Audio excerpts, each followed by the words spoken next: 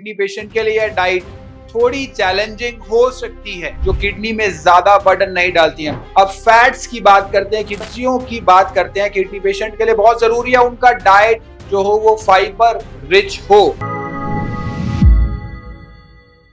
Kidney patients के लिए plant based diet क्या होनी चाहिए, आज हम बात करते हैं इसके बारे में। जैसे कि हम सब जानते हैं कि किडनी को हेल्दी रखने के लिए हमें सही डाइट की बहुत ज्यादा जरूरत है, लेकिन किडनी पेशेंट के लिए डाइट थोड़ी चैलेंजिंग हो सकती है क्योंकि कुछ बातें हैं जो कंफ्यूज करती है हमेशा। और किडनी पेशेंट सबसे आगे पूछते हैं कि क्या खाना है क्या नहीं खाना, तो उसी से रिलेटेड आज हम ये वीडियो बना रहे हैं। आज के इस खास वीडियो में हम आपको बताएंगे सिंपल, हेल्दी और पूरे तरीके से इंडियन प्लांट बेस्ड डाइट जो किडनी पेशेंट के लिए फायदेमंद हो सकती है। सबसे पहले सब्जियों की बात करते हैं। किडनी पेशेंट के लिए बहुत जरूरी है उनका डाइट जो हो वो फाइबर रिच हो, फाइबर से भरपूर हो। अगर हम बात करें सब्जियों की तो पालक, गाजर और टमाटर जैसी सब्जियां जो है वो पोटेशियम और फास्फोरस में लोअर होती हैं, जो किडनी में ज्यादा बर्डन नहीं डालती हैं।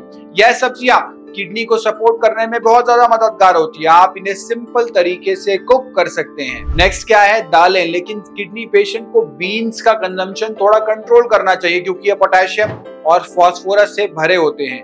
हल्के दाल जैसे मूंग दाल और तूर दाल किडनी के लिए थोड़ा बेटर होते हैं। इन्हें प्रेशर कुकर में कुक करके खाया जा सकता है। ज्यादा प्रोटीन का इंटेक किडनी पर प्रेशर डाल सकता है, तो इसलिए दाल का पोर्शन को मॉडरेट रखें। आप अपनी दाल में धनिया, जीरा और हल्दी भी डाल सकते हैं जो बॉडी को डिटॉक्सिफाई करने में मदद करेगा। प्लांट बेस्ड डाइट के लिए फ्रूट्स और नट्स भी एक इंपॉर्टेंट पार्ट होता है, लेकिन किडनी पेशेंट्स को कुछ फ्रूट्स और नट्स को केयरफुली सिलेक्ट करना होगा, जैसे कि सेब, ब्लूबेरीज और स्ट्रॉबेरीज किडनी के लिए बहुत अच्छे होते हैं, लेकिन ये एंटीऑक्सीडेंट से भरपूर होते हैं और इनका पोटेशियम कंटेंट लो होता है। इन फ्रूट्स को आप अपनी डेली डाइट में इंक्लूड कर सकते हैं, लेकिन ध्यान क्या रखना है कि बनाना और ऑरेंज जैसे हाई पोटेशियम फ्रूट्स को आपने अवॉइड करना है। हमने बात करी है नट्स की, तो बादाम और अखरोट का थोड़ा लिमिटेड क्वांटिटी में आपको लेना चाहिए। ये हेल्दी फैट्स और प्रोटीन से भरपूर होते हैं, लेकिन अगर आप इन्हें ज्यादा खाएंगे तो किडनी पे बहुत ज्यादा प्रेशर बन सकता है। इन्हें आप मॉडरेट क्वांटिटी में लें, वो भी ओवरनाइट सोक करके लें।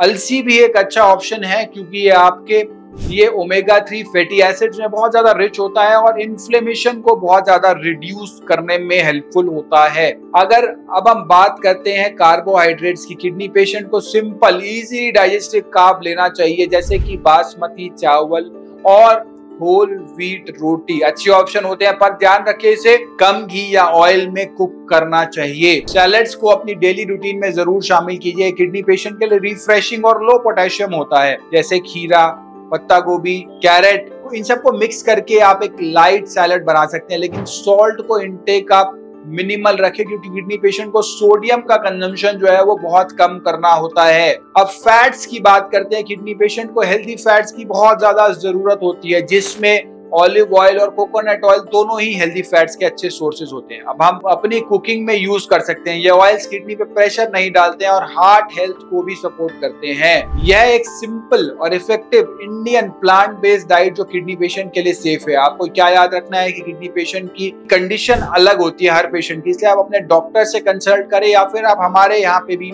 सभी मेजर मेट्रोपॉलिटन सिटीज में क्लिनिक है, आप वहां पे भी बैठे डॉक्टर से संपर्क कर सकते हैं। अपनी डाइट को थोड़ा सिंपल रखें और जो है प्रोसेस्ड फूड से दूर रहें। घर का बना खाना, ताजी सब्जियां, फ्रूट्स और जो है होल ग्रेन्स को अपनी डाइट में शामिल कीजिए। अगर आप अपनी किडनी हेल्थ को अच्छा रखना चाहते हैं, अगर आप इतना आपने कर लिया तो किडनी को बहुत ज्यादा इसमें सपोर्ट मिलेगा। हमारे ट्रेडिशनल इंडियन फूड जैसे खिचड़ी, सब्जी, रोटी काफी हेल्दी है और किडनी फ्रेंडली भी है। बस आपने क्या करना है, उनका पोर्शन कंट्रोल करना है, उनका पोर्शन को रिड्यूस करना है। आप अपनी किडनी हेल्थ को अपनी डाइट और लाइफस्टाइल चेंजेस से मेंटेन रख सकते हैं। और याद रखिए एक्सरसाइज और हाइड्रेशन भी उतनी ही जरूरी है।